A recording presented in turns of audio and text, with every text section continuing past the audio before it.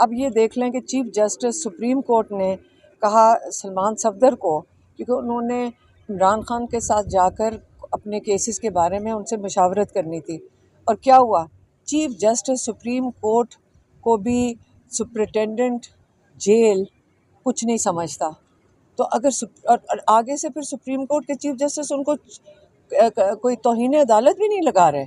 یہاں پہ ہم روز جا کے کھڑے ہوتے ہیں، توہین تو عدالت کی ہو رہی ہے۔ چیف جسٹس یہاں پہ پورے 3 رکنی بینچ نے یہ آرڈر دیے تھے ملاقاتوں کے، اس وقت توہین ان کی ہو رہی ہے، ججز کی ہو رہی ہے، اور ہم ان کے لیے آ جائے ہیں کہ توہین جو روز آپ کے ساتھ یہ سرکاری ملازمین کر رہے ہیں، تو اس کے بارے میں انہوں نے کیا کرنا ہے، ان سے ہم سوال کرنے آئے ہیں آج، اور تو ہم کس کو سوال کریں گے؟ اور اس کے بعد ہمارے پاس اور کوئی جگہ نہیں جانے کی سوائے جج صاحبان کے۔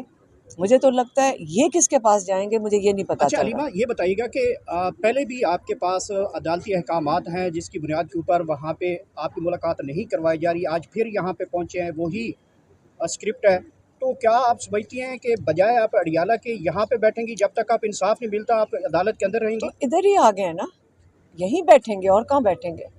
انہی کو بتانے آئے ہیں جج صاحبان کو کہ آپ کی توہین ہو رہی ہے، آپ کہاں جائیں گے؟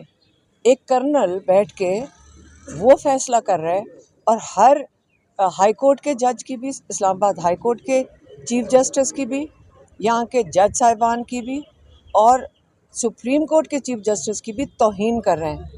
یہ توہین نہیں ہو رہی تو کیا ہو رہا ہے؟ یہ جو کرسیاں یہ ذاتی نہیں ہیں، یہ انصاف کے، یہ جو آپ کہہ سکتے ہیں کہ یہ انصاف پاکستانیوں کو انصاف دینے کی فورم ہے۔ یہ کہتے ہیں نا رول آف لا، جو عمران خان کہتے ہیں، ان کا کام ہے ججز کا کہ رول آف لا کا تحفظ دیں، پاکستانیوں کو تحفظ دیں۔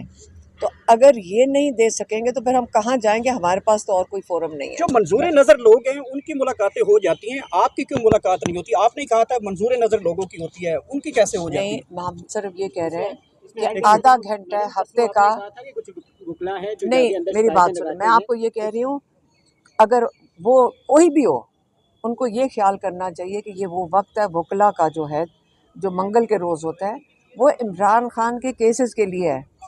یہاں پہ یہ نہیں کہ آپ وہاں پہ باہر جو کھڑے ہوتے ہیں لوگ، ان کے اندر سے وہ کہیں گے جی چلو چلو تم بھی اندر چلے جاؤ، آج تمہاری باری آ گئی، کیونکہ جو ایک کورٹ نے آرڈر دیا ہوا ہے، اتنے وکیلوں نے ملنا ہے، وہ خانہ پوری کر دیتے ہیں، اور جو عمران خان کے اپنے وکیل ہیں ان کو کیوں باہر رکھا جا رہا ہے؟ جو کیسز کے وکیل ہیں، کیا عمران خان کے کیسز خراب کرنا چاہتے ہیں وہ کرنل صاحب، کہ عمران خان کے کیسز کی مشاورت عمران خان اپنے لائر سے نہ کر سکیں؟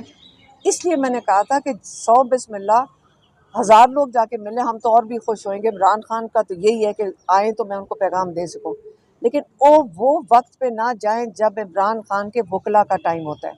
اگر اب آئندہ کے لیے منگل کے دن ہم وہاں پہ کھڑے ہو کے کہیں گے کہ جب تک ہمارے وکیل نہیں اندر جاتے باقیوں کو جانے کی نہیں ضرورت ہے، یہ میں بتانا چاہتی ہوں۔ السلام علیکم۔ آپ کیس بدل کر بھی گئے اڈیالہ جیل کے بعد، پھر بھی گرفتاریاں ہوئی، تو بجائے آپ اڈیالہ جیل کے یہ عدالت نے آپ کو لاجر بینچ نے فیصلہ کیے ہوئے ادھر بیٹھے ہیں تاکہ آپ کو سارے معاملات کا آگے بھی اندازہ ہو؟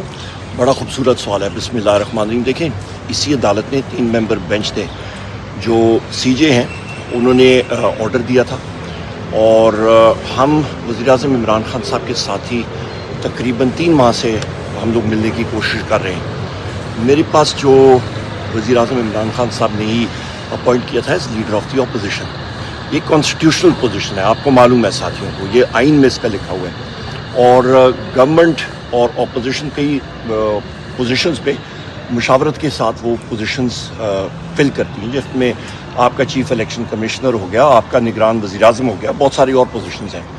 تو اس کی یہ پوزیشن ہے، اور اس کا جو پوزیشن کی رینکنگ ہے وہ فیڈرل منسٹر کے برابر ہے۔ یہ پوائنٹ نمبر 1 ہو گیا۔ دوسری اہم پوائنٹ یہ ہے کہ آرٹیکل 7 آئین کا آپ پڑھیں تو اس پہ ریاست کی ڈیفینیشن، اس کی تشریح کی ہوئی ہے۔ ریاست ہے کیا؟ مجلس شورا، آپ کی وفاقی حکومت، آپ کی صوبائی حکومتیں، صوبائی اسمبلیاں، وہ ادارے جو ٹیکس نافذ کر سکتی ہیں۔